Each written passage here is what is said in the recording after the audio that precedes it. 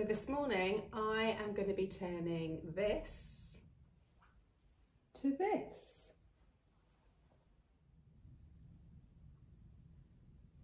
Okay, so the first thing I'm going to do is to get a little bit more depth on this is to pad it out with a layer of hay, or if you've got access to straw, something like that is fine. You don't have to do that, but it just gives you a bit more dimension. This willow wreath that I've made is pretty good, but it's just going to give me something to, a bit of support for the items that I'm going to put in there. The first thing I'm going to do is just tie on a hook, really, somewhere where the wreath will eventually be tied. It's sometimes easier to do that now than it is afterwards. So I'm just going to use just a little section of my tulle. So this is a wool-based twine from Dartmoor, and I'm just going to make myself a little hook.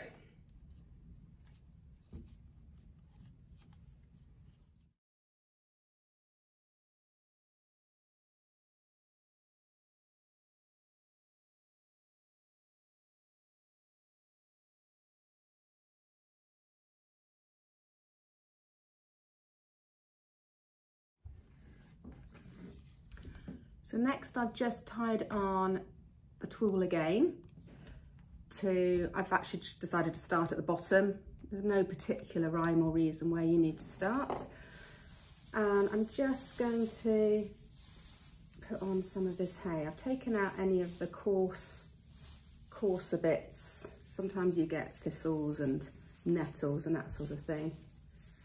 Now this technique I must credit Catherine from Fierce Blooms, who does the most gorgeous wreaths and does an awful lot of them and does some amazing online courses as well.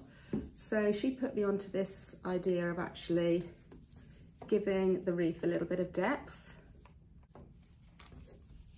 and then I'm just going to bind it on, making sure I'm really concentrating on the outsides here. I'm not too bothered about the back, but it will inevitably slip round to the back.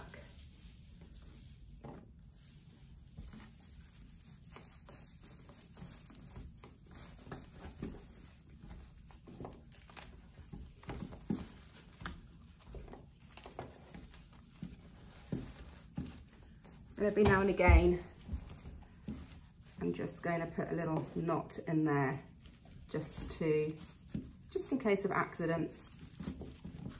It just secures it then. It means I can just relax, make myself a cup of coffee or answer the phone or whatever. I'm just going to carry all the way around doing that now.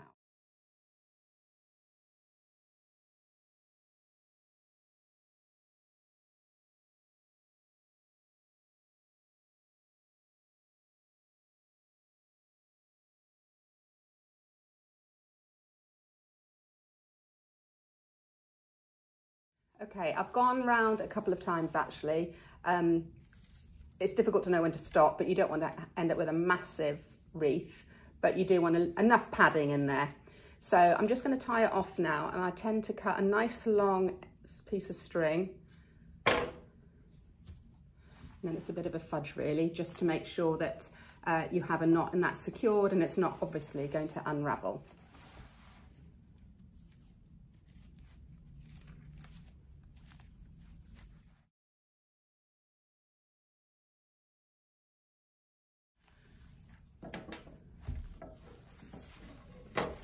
Okay, so now what I'm going to do is just give it a little bit of a trim. I'm not too fussed about that, but I'm just going to trim off some of these longer bits here.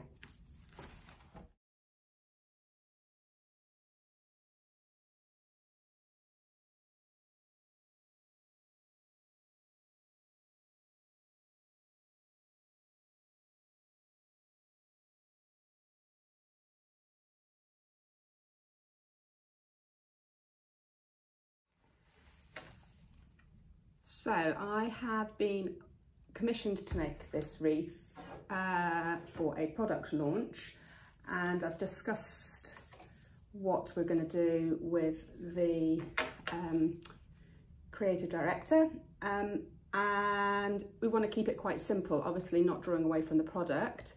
So we are going to be using some sea lavender, which is going to be a lovely base.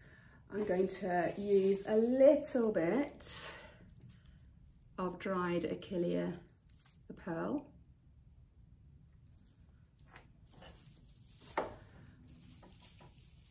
I'm going to use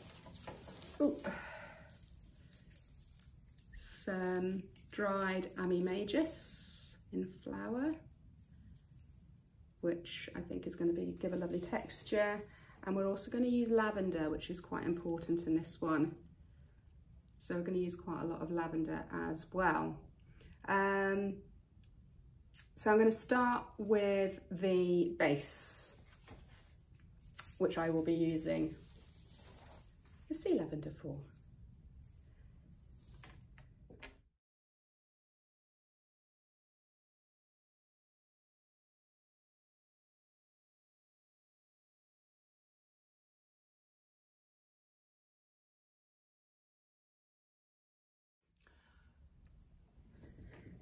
So the first thing I'm going to do is cut up the sea lavender into little bits, kind of varying sizes,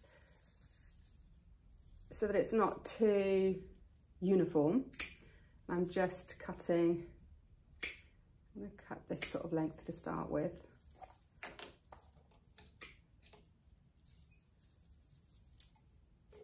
Then I've got everything ready to use in my wreath. I think I'm going to use I'm going to need quite a lot of this.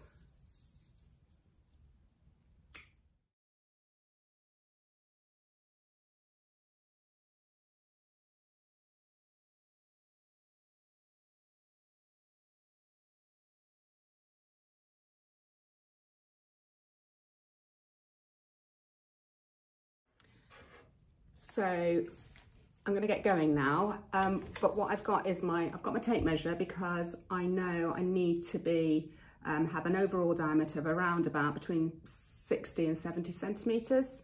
So I've just got this as a bit of a reminder, and I'm going to find the top.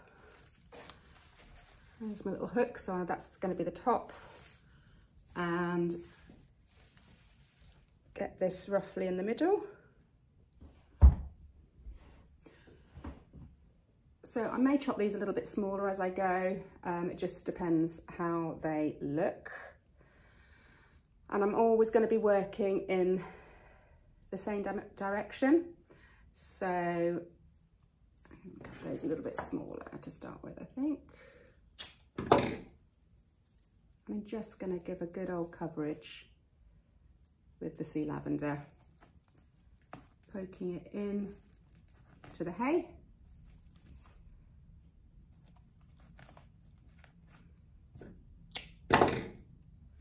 Trying to have different lengths, not forgetting the inside as well, but the inside will be the smaller bits really.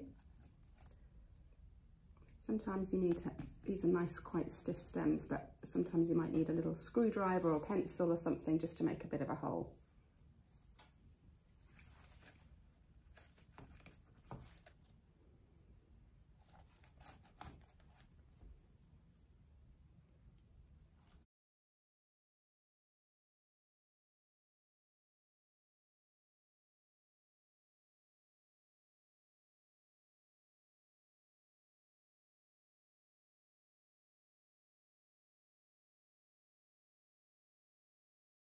Now I'm going to keep turning the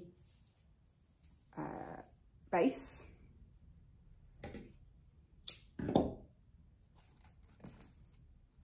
and I'm always working in the same direction.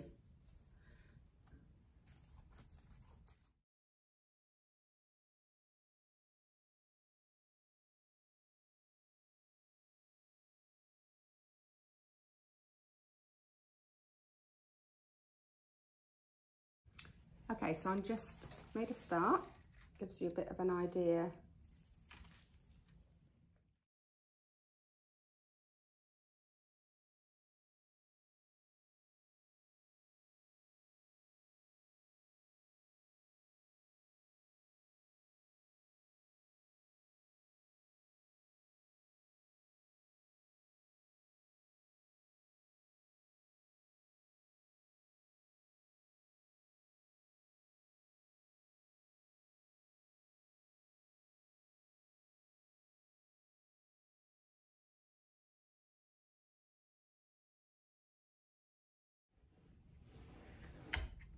So it's quite useful every now and again to hang up the wreath just to see what it looks like. So I've just put a bit of a base layer on with the sea lavender. I probably will use some more, but that's just got me going.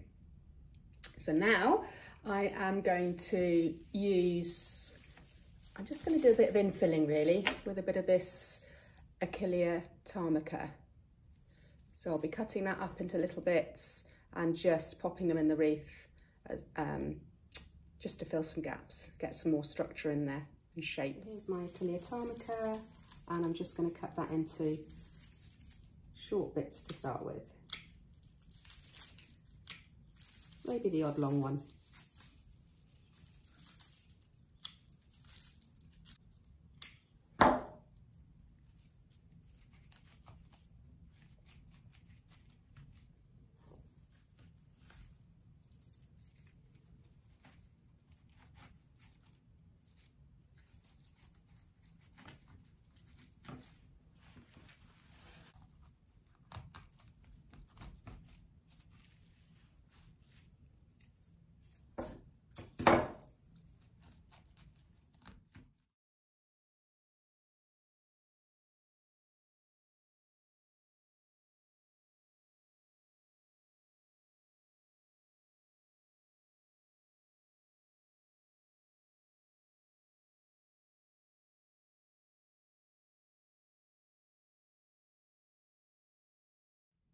Okay, it's starting to take shape now, but I can see that there are a couple of gaps just here. I don't want to overdo it with the Achillea tarmica. I'm trying to keep it as light as possible. I've still got lots and lots of lavender, which is actually going to be really important. And I've just remembered I've got some statice that I would like to use as well, just some very lilac-y coloured statice. So I'm just going to have a little bit of a play around, possibly on the wall actually, just to see how it's all going to look. And of course I've still got the ami as well to pop in. So, it's really important to try and keep the lightness in this particular design. So I don't want to go overboard. So it's know when to stop. Still plenty to do here though. Okay, so I've just introduced a touch of this lilac-y coloured statice, which I think is going to work really well with the product. So again, trying not to go overboard, but just introducing some of that as well. Okay, I'm starting to go in with the ami, and I'm going to play about with the lavender too and see how we get on. Gradually just building it up and building it up, keeping it light and airy.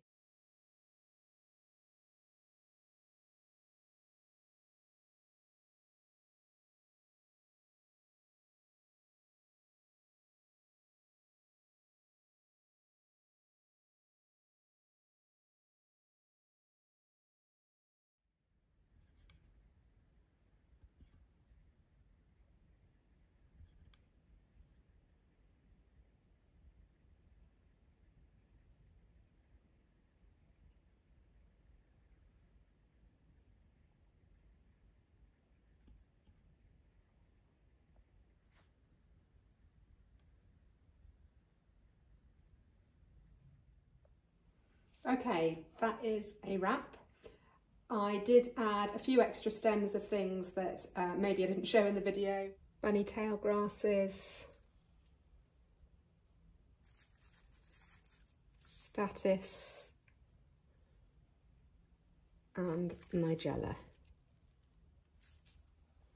But the main ingredients to form the base of this wreath was sea lavender, Ami Magus, and Achillea the Pearl just there. So I hope that was helpful, and if you fancy giving something like this a go, have a look at some of my dried flowers on my website, and I do have other bits and pieces, not everything is listed, so if there's anything in particular that you're after, just give me a shout.